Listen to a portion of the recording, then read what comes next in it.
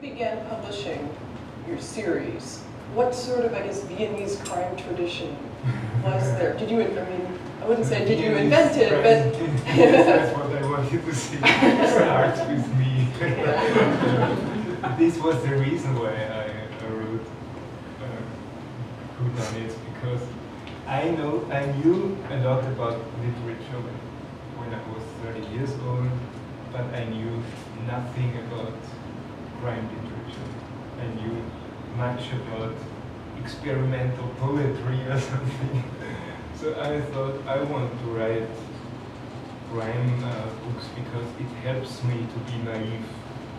And I really had not read more than 5 or 10 crime novels in my whole life when I started writing. And then my books became successful and so on. I did readings, and the readers who came to my readings recommended books to me where they thought I must know them. And then I started reading. And then I was very glad I hadn't known before I wrote my books, because it would have been intimidating to know how many good crime novels there are. It was much easier not to know them. But if I should recommend one author who was recommended to me by the journalist who made the first interview with me. It was Charles Wilford. He's amazing, yes. He said, you must read him. And he is really good. Yeah. You must read him. And then we were talking a bit more about PI tradition, but Australia has this rich tradition, especially I think of people like Peter Corris and Peter Temple. And I wonder if you could just sort of talk about, you know, were they influences? Were they people you were trying to keep in the back of your head? Were you? Well, I'm not going to say that there are influences, even though there are. I mean, there really are like 5 Australian crime writers who you would ever have heard of, even living in Australia. There just aren't that many. You sort of can't get away from them when you're doing your books and setting your books in an Australian city. And God knows every question I've been asked since writing the book was, so you're trying to do a Peter Temple, or you're trying to do a Peter Corris or something like that. I've not read a lot of their stuff, and what I have read, not necessarily the kind of stuff I personally get into, but I mean that's maybe an extension of what perhaps separates me from my companions here, is that I don't really read a lot of crime fiction. I certainly feel very influenced by movies, and I've seen a lot of movies. And there are other influences, like certain kinds of music, I think can be quite inspiring. But crime fiction for me, not because I consider it a second-rate kind of genre, but because it so often can be. I don't find myself drawn to it, mostly because I just generally don't like the writing style. The kinds of books I like to read are books where I'm really interested in the voice. And in fact, what Wolf was saying about the voice of his books, I think, is something that rings true in a lot of crime fiction, because when it's done well, it can often sound like dialogue. When you think of sort of the tough, kind of heightened talk of Raymond Chandler, or the clipped sentences of James Elroy. I mean, virtually every sentence in a James Elroy book is half a sentence. It sounds very much like dialogue. That's the kind of stuff that I'm drawn to, and therefore I'm really interested in writers like Amy Hempel, a New York writer who I think has a specific interest in writing in a way that people talk. Chuck Palahniuk might be another example. That's the kind of stuff that I'm personally drawn to. But when it comes to storytelling, what I'm very interested in, be it books or any other medium, is the suspense genre. So I think I'm going to turn it over to the audience very soon. But I think what I want to pose to everybody is just this sense of, you know, how much have we benefited from, I guess, opening up the borders, so to speak? The fact that we can have this panel and talk about, you know, both the similarities between all of you and how the genre can sort of play out anywhere, but at the same time, to go back to the idea of voice and these individual stories that come about. So let me first ask you this, Jessica, which is just, when you were editing this anthology, how struck were you by just the sheer, I guess, panacea of what you were getting in terms of what stories people were telling about Manila, about themselves, about I know that sounds a little obtuse, but I'm just trying to get at sort of this larger, I guess, global aspect of it. Well, I think because of my own writing as a novelist, it wasn't that I was stunned by it. I sort of expected it. And one of the joys of doing a book like this is, you get to sort of showcase writers who deserve to be showcased, who have been writing a really long time, who are incredibly talented, but don't ever get the platform for a wider audience. And I think borders should be damned. I mean, I love it. I love just, being turned on to a writer like Montalban, whom other people have been reading for years, or, you talk about this Charles Wilford, I'll look him up, or whoever, I mean, I think it's fantastic also to see how the literature plays out in the different cultures, the sensibility that goes into writing, and the types of cities, because I very much, as well into the landscape, besides the language of the books and the dialogue and the particular characters of each culture. The cities have their characters too. And I feel that part of the work is to make those cities come alive. And, I just felt like my hunches were right.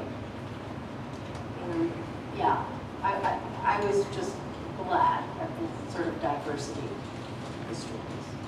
And to kind of rephrase the question for you, I want to also bring the humor aspect back into what we're talking about, because humor, to at least of the books that I've read of yours, it's not just that they're almost a little bit of a defense mechanism too. And I just wonder about employing that to kind of present Simon to this larger audience. Well, humor. Once, one of the few books I had read before I started writing was one of the most famous crime novels, The Big Sleep by Raymond Chandler. And then I found out that he had used two older short stories he had published 10 years earlier or so, and he had taken two of his short stories and somehow built a novel out of them. And I also read the short stories, and they were not at all funny. They were like hard-boiled Dashiell Hammett stories, and only when he rewrote them 10 years later, I think he thought it's ridiculous to play the tough guy, and so he brought the humor in it. And this process that happens to an author when he is writing a story, and somehow the story changes without really planning this change. That brings the irony to the writing, and that's the moment where it becomes interesting for me. So, and that's why I'm always rewriting my stories. So I write a book and I put it in my drawer for a year, and then I take it out again, and that helps a lot. And suddenly it's a different book a year later in your mind, but because all that time has passed? Or, why do you put it away for so long?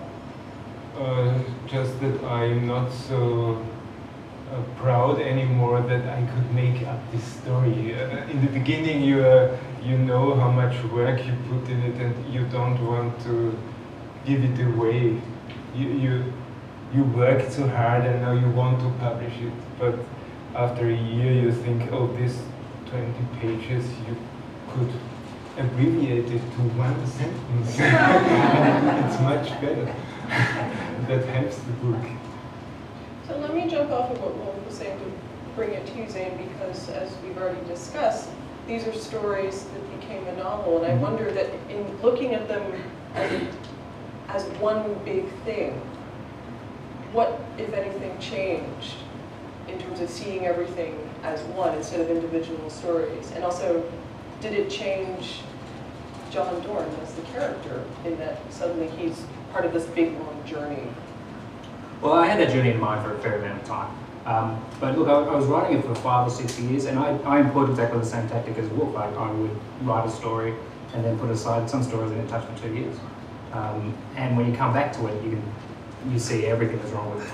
When you've just finished writing it, my standard approach is as soon as you finish writing it, you never want to see it again. It's the worst, most deplorable piece of fiction ever written. After a couple of years, you come back to it and you don't have that wood for the trees kind of blindness. You can actually read it more or less as a reader would read it, picking it up for the first time. And that's phenomenally helpful. In fact, any writer who can do that without leaving it alone for a couple of years has got a real advantage.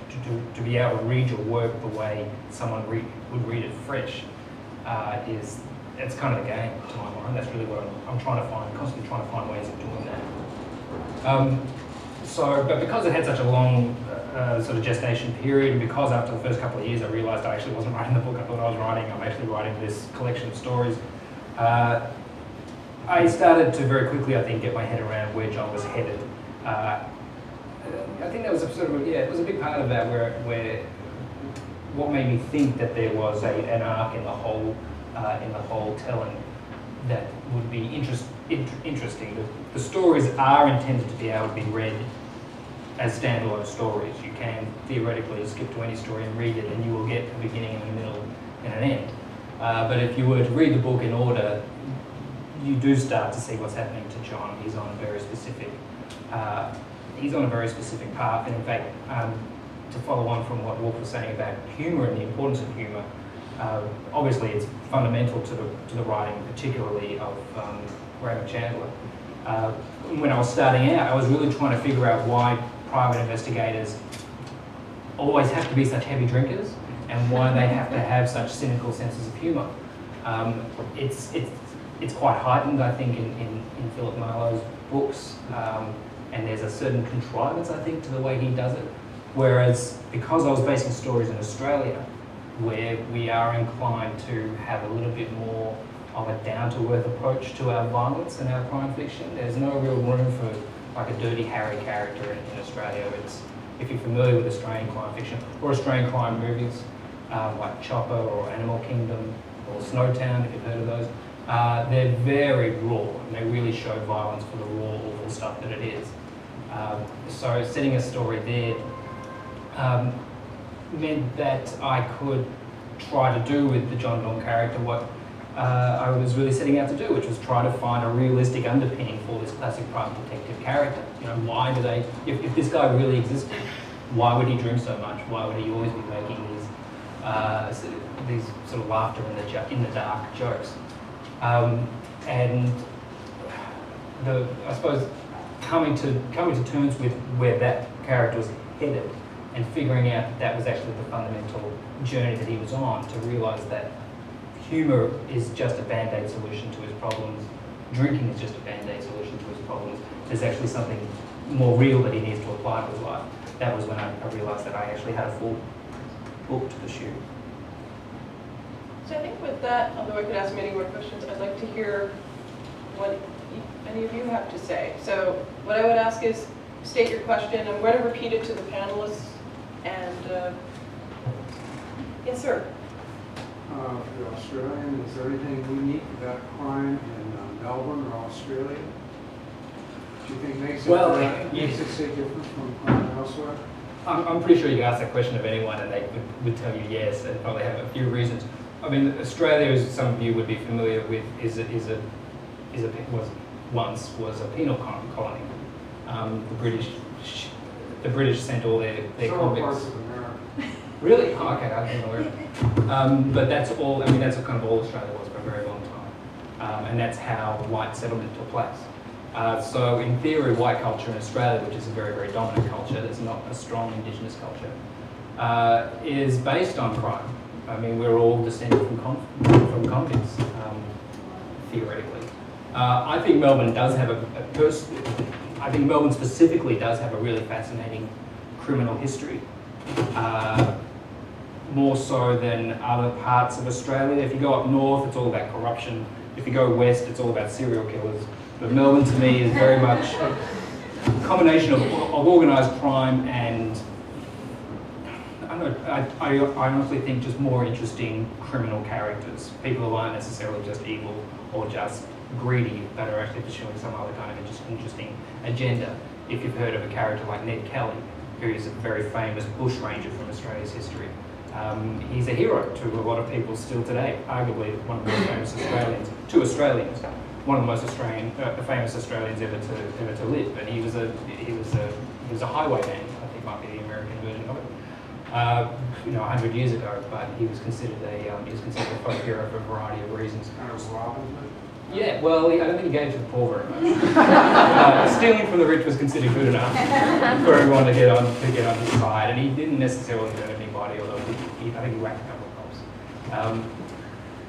It is an interesting character. So from Ned Kelly onwards, we've got some very famous robberies that took place. We've got some very famous characters upon whom successful movies are based. I could go into it extensively, I suppose. I do think Melbourne has a very strong history, but I write from the point of view of knowing that no one's going to have heard of it, especially when the book goes on sale in America. No one's going to know that history. But I don't find that too concerning because that leaves space for me to create the history myself on the page. You know, the dark underworld that I feel that I'm reflecting is based on real Melbourne. But if you're not familiar with real Melbourne, I think there's still plenty there to pick up on. Any other questions? Yes, over here. Me? Yes. All of you have published, and I see that Wolf has had a couple of his books made into movies. So my question is sort of, when movies are being made, if audio books are being made, and there's a new incarnation of your book, is that, whether it's audio book, movie, any other form, I don't know. How does that, is that a difficult process? Is it strange to see an actor or reading or playing the roles?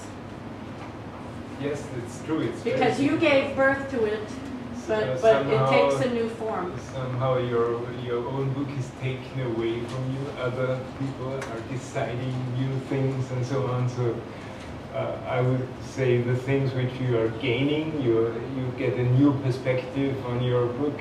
They are more than what you are losing, but it is a difficult process. So you have to accept other people's decisions.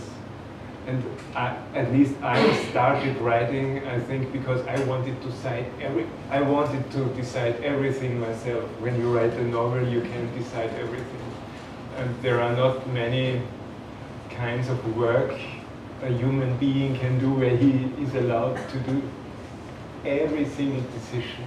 That's the wonderful thing about writing. But when a movie is made, there are many people involved, and you like one actor, you don't like so much the other one. Maybe you like the setting, but not the music, or so it's always a compromise. But how about when they change things? Really change yes, things? They even. Well, I was lucky because I could choose the director of the movie. It was a director I liked very much. And he worked with me. He didn't want to go over it without asking me. So whenever he wanted to change things, we met and he explained to me why he wanted to change it. And he had always good reasons, because things that work well in a book don't necessarily work in a movie. And so sometimes you have to make up new things which transport the same story or the same humor, even that you transported in the novel by doing something with language. So I even think it's necessary to change things. If you make a movie where you don't change anything, this cannot work, because a book has absolutely different rules than a movie. But you have to change the right things. Yes, over here. Yeah, as a follow-up to your movies, I have a question. Did you also have a voice in the choice of the actor who is the detective? Because I find it remarkable that he's a famous stand-up comedian in Austria. Yeah, so you know. And I think it was an excellent choice. Because Yes, represented I was the really way lucky. right. So maybe I can explain to the audience. Yes. The main fun about my books is this narrator. So this, we knew from the first moment on, we lose the main thing because we don't have the narrator in a movie. There is no narrating voice. So when I met the first time with the director, I said, I think these are books which are not supposed to be made to a movie. And he said, yes, I agree.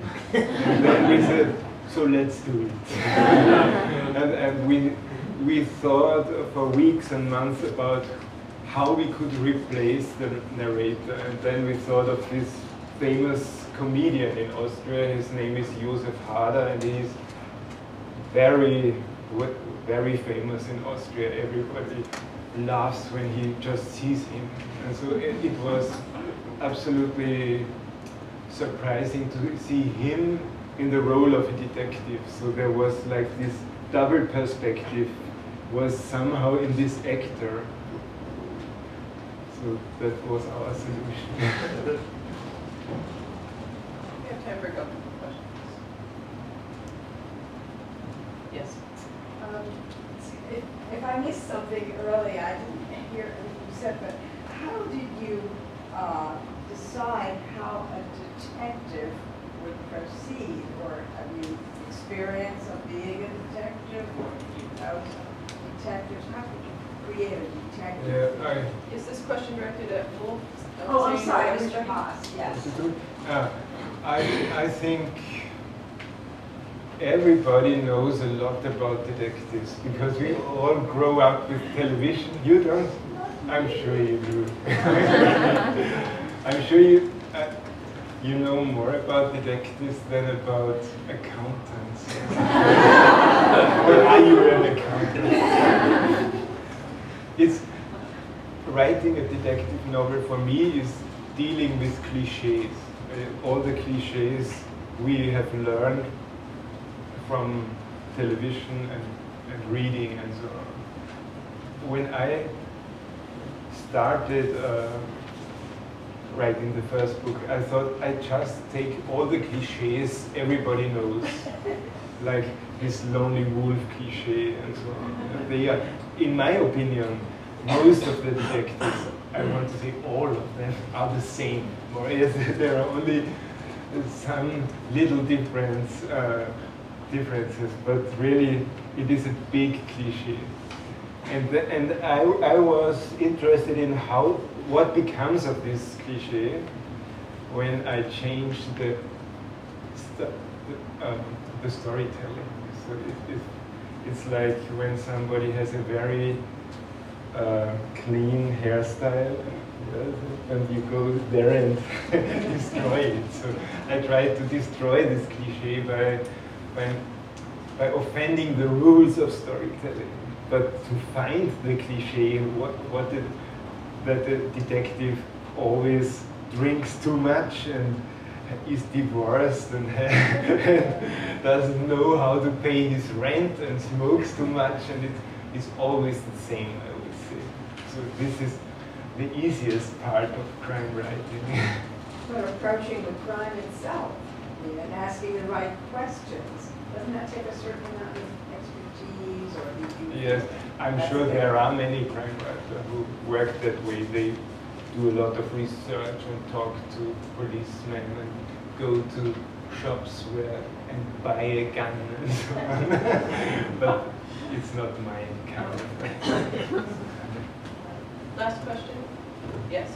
This is to whoever, and I'm wondering if you think writing can be taught. And if so, how have you learned from teachers versus, what you need to discover in your own writing? And if you've taught, what is it that you've taught? I think Big Jessica question. should answer this first since you just taught. Some of my students are here, yeah. Can writing be taught? I think some of what goes into what I consider strong writing or good writing can be taught. Certain tricks can be taught. Certain ways of thinking and digging deeper can be taught. Can writing, I think you have to have it. I don't think anybody can give it to you. I think, you have to have some sort of innate storytelling talent and sort of the passion, and then you can come work with me and I'll make it as good as it can possibly be. And maybe what I'm there to do is to ask you the right questions, have you thought of it this way or that way, to guide and to sort of make you break away from your habits, those cliches, like, well, why does the detective have to, be divorced or smoke too much or whatever? What makes that interesting? And if we find that that is so interesting, well, then, you move from a place of really, really committing to that idea. So I think it's the tools can be taught, but yeah. Is that okay, students? There's so few good writers. It's hard. Writing is tough. I'm sorry, it is tough. Yeah, very tough. Yeah, especially because everyone does it. Everyone writes. Everyone, well, not everyone, but a vast portion of the world writes emails and long emails and even writes stories. It's sort of like same as photography. At the end of the day, it's just a question of clicking the button. So it looks easy. Because everybody writes, everybody puts sentences together, but because we're so ensconced in words all the time, to do it well in a way that stands out is very, very difficult. I would compare it to, say, ice sculpture, right? Which is so rare that when you do see it done well, like, oh, that's sculpture, that's it, that's sort of as far as you can go. Whereas with writing, because it's all around us all the time, to really stand out over the entire world, you have to be exceptional. Maybe we just come down to voices. Yeah, I think so. I think with that, I want to first thank a wonderful audience for coming out tonight. I'd like to thank Zane Lovitt and Haas and Jessica Hagedorn